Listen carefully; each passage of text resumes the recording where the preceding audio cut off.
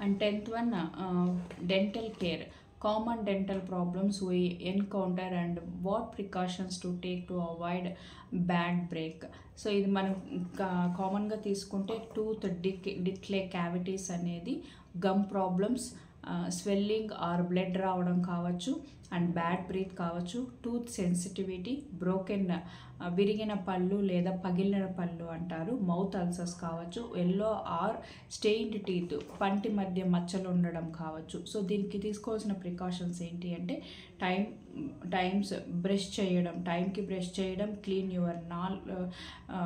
Your tongue అనేది clean చేసుకోవాలి, పళ్ళ మధ్యలో చిక్కుకున్న ఫుడ్ని రిమూవ్ చేయాలి, అండ్ ఎక్కువగా వాటర్ తాగాలి, అవాయిడ్ డ్రింకింగ్, స్మోకింగ్, ఎక్కువ కాఫీలు తాగడం ఇవన్నీ కూడా అవాయిడ్ చేయాలి. మంచి బ్రష్ వాడాలి. రెగ్యులర్గా 6 monthsకి ఒకసారి మనం డెంటిస్ట్ దగ్గరికి వెళ్ళి కలవాల్సి వస్తూ ఉంటుంది. అండ్ వెర్టికల్ మెథడ్లో క్లీనింగ్ అప్ ఏంటి అంటే 45 degrees యాంగులేషన్ ఉన్నది చేసుకోవాలి. సెల్ఫ్ బ్రిస్టల్ బోత్ బ్రష్ ఉండాలి. 2 minutes for brushing once. Replace toothbrush for 3 months once అనమాట. Thank you.